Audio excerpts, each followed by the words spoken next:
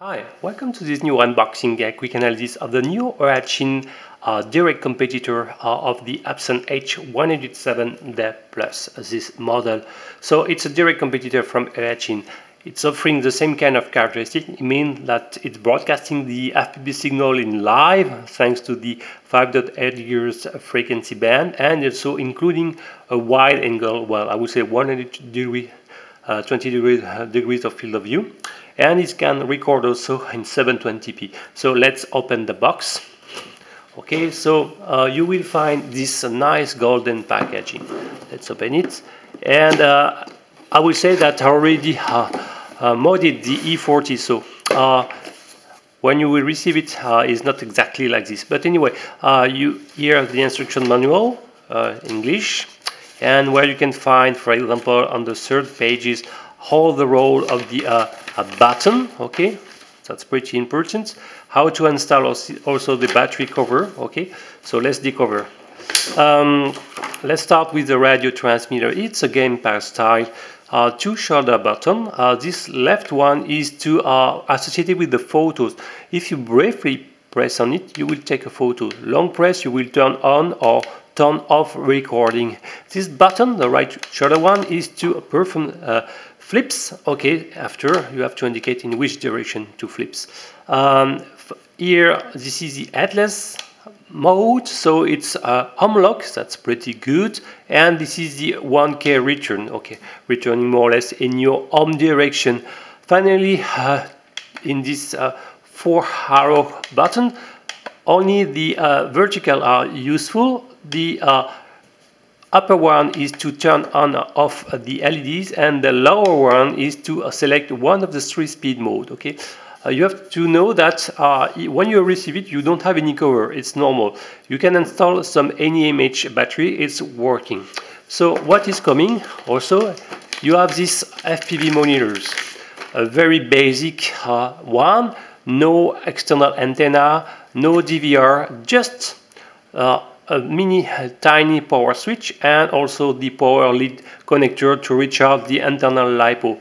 When you will turn on, after a few seconds, you will notice this blue screen. So first bad news, it means that this FPV monitor is not really FPV friendly, because the firmware associated with is not flash to have the white snow. It's much better to have a continuous degradation of your video than suddenly appearing when the signal is too low, this blue screen. It's much more efficient to have the white snow. Okay, so first drawback, and the antenna is more an F-plane one, so more to target the reception in the vertical plane. Okay, so be aware of it. Of course, if you want to improve your FPV range, you will have to add, for example, an RP-CME connector, and to solder directly on the video receiver chip your coax cable to make the connections. What also you will find this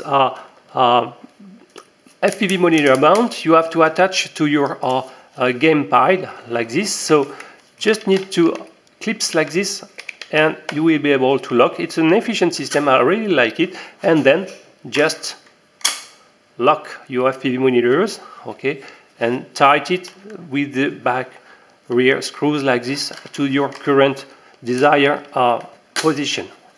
Okay, in this position it's sometimes pretty hard to turn on and turn off the power switch button. It's a drawback, and you cannot also recharge your battery in the same time. Anyway, it's pretty light. Okay, the combo. I can give you an information of the weight of all the FPV and radio transmission system. It should not exceed, if I can measure, 280 grams. I'm not sure I'm measuring pretty well. I will maybe use this box as star. Yes, I think. Yes, it was only 288 grams, so it's pretty light for a transmitter plus FPV system. So it's good if you need to hold it a long time. Okay, so what you will find all the accessories. So for example, you will find this USB charging cable to recharge your FPV monitors. Thanks to this small hole here, okay, you can plug it. When it's recharging, the LEDs is turned off, and when it's charged, you have a red solid line appearing. Okay, be aware, it's a little bit inverted in the logical sense. You have also this USB plug ending with this 3 pad. It's to recharge your battery of your E40. So I will exit it. Okay, so you have the same time more or less that the Epson model. It's also a 1 cellule, 520 milliamps powers, no discharge rate mentioned, and you have this 3-pin connector for 1 cellule S. So only the central one is the positive one, so to the 3.7 volt, and the 2 external are the ground. And this system is very similar to the Epson one. Let's compare with this model. Look, that it's more or less the same. As you can see, no big difference. I think you can recharge with one model with the other one. Okay, so they clearly copy, probably coming from the same factory. Okay, so it's very funny how they copy. Maybe they can change it. This seems very similar. So you can remove this protecting clips, white, and this one also. And probably you can reverse the. You can buy some absent spare batteries instead. Okay, if you prefer. So you will, out of the box with the Eachine, you will have to use this one to recharge your batteries.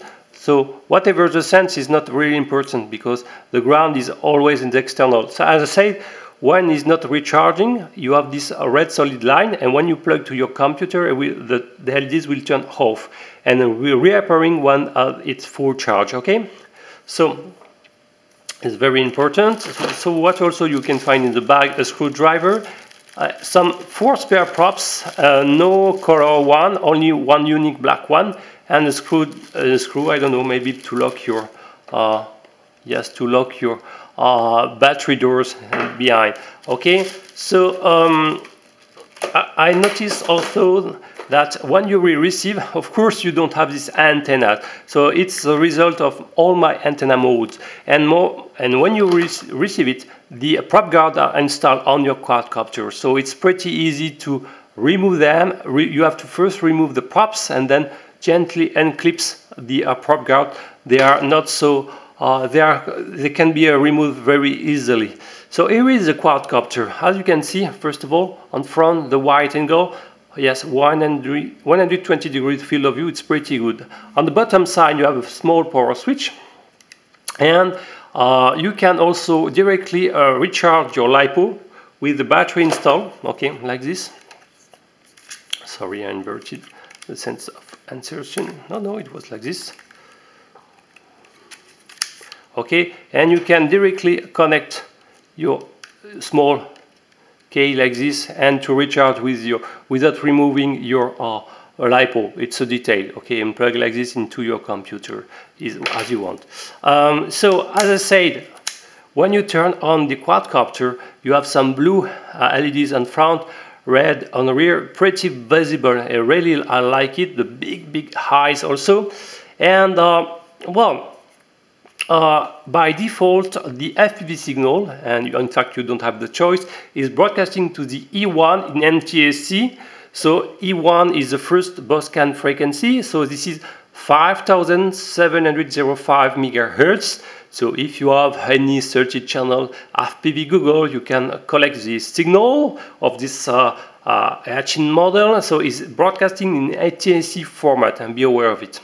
On the lateral side, you can find the microSD card slot.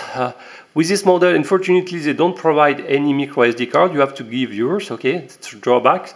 And well, during the disassembling, unfortunately, I broke the microSD card slot. So I know I am not able now to record any 720p. I was just able to record a few footage, and what I can say that I'm really impressed by the quality of the 720p recording. Very good. So You have a wide angle, the color restitution, rendition are very great, the light sensitivity also, and it's a great 720p module for such toys quadcopter. And really what I was impressed also is the you don't suffer of any frame rate drop when you turn on recording on your FPV signal. It's a really good point. Really bravo Eachine for this. It's really the main positive point of this quadcopter. Okay, I will demonstrate the quality of the FPV signals. I will turn on the FPV screen, okay, and turn on the quadcopter. And you will see after a couple of seconds, take time, 3-4 seconds, you can have the video signal. So you can see that first of all the FPV modulators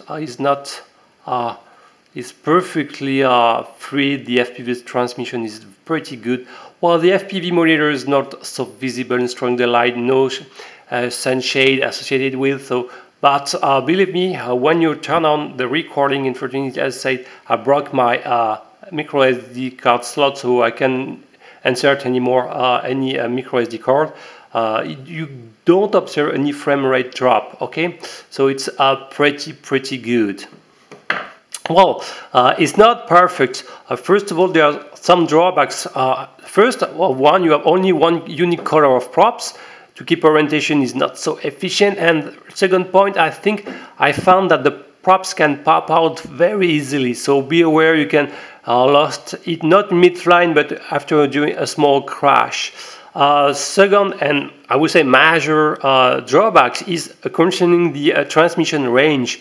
And out of the box, with this transmitter and with the antenna completely locate BNS, the battery doors. You can guess it behind the hole here when you will receive it. You have a long antenna, much more than the lambda quarters of lambda. It's much more longer antenna, and it's completely banded in BNS. Okay, and I decided to do the 2.4 GHz antenna mode by extracting the antenna, passing through the camera module, and drill a small hole on the top of the canopy to have a more vertical installation. Okay, so out of the box, without any modding, you have something like 20-25 meters of control range, and after you can expect and have some dropout of the signal. Please check my outdoors video to verify that. It's a real shame. I don't know, because the RF chip, it's an LT8910, so it's a very cheap RF chip, a very cheap one, and the data rate is pretty low. I think the guilty is more the transmitter. You don't have any power amplifier or LNA stage on the RF daughter chip inbuilt in the built-in radio transmitter. I think the power, the signal send is very low in terms of dB. And you can expect a really great control range out of the box. Okay, so very limited to 20-25 meters. It's a shame. And but with the small antenna mode, you can extend double the control range. You can reach something like 50 meters. Okay, that's pretty good. Second point about the video range. Okay, if the FPV link is great, fantastic signal, the FPV range is something like between 40 meters, and you will meet some static. So with this antenna mode also for the 5.8 GHz band, you can also extend a little bit the video link. Okay, I think the built-in video transmitter is also offer its maximum at 25 milliwatts maximum. Okay, so it's not a very powerful one. So what about the flying characteristics? The 3-speed mode are very well tuned. I really like them. You can be fast in expert mode. The yaw rate is not too slow, too fast. Really very well calibrated, and you will be impressed by how stable are the videos. So turn in beginner mode, and you can really take some very stable for such lightweight model. I can give you the information of the weight, for example. So without the prop guards, but anyway, it would be more or less the same. So without the prop guards, this machine weight something like 64.3 grams. It's very, very light. Okay, so I'm impressed by this the video part really, but I will say that it's please, one day, actually, you are very close to have the perfect model.